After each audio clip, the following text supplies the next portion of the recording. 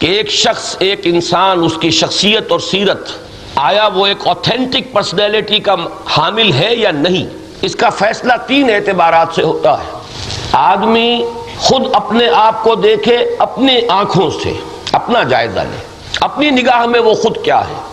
آدمی اپنے آپ کو دیکھے دوسروں کی آنکھوں سے، دوسرے اس کے بارے میں کیا رائے رکھتے ہیں۔ بلکہ ایک دعا بھی ہے مسنونہ جس میں ان دونوں چیزوں کو حضور نے جمع فرمایا ہے۔ آپ یہ دعا کیا کرتے تھے صلی اللہ علیہ وسلم، اللہم اجعلنی فی عینی صغیرا وفی اعین الناس کبیرا، اے اللہ مجھے اپنی آنکھوں میں تو چھوٹا دکھا، تکبر نہ ہو، عجب نہ ہو، لیکن لوگوں کی آنکھوں میں بڑا کر دے تاکہ تیرے دین کی بڑائی ہو۔ میں تیرے دین کا خادم ہوں، میں تیرے دین کا نمائندہ ہوں۔ تو وجود مصدقہ کے لیے پہلی دو شہادتیں یہ ہیں، اور تیسری شہادت اپنے آپ کو اللہ کی نگاہ سے دیکھنے کی کوشش کرو، جانچو کہ اس کی نگاہ میں تم کیا ہو۔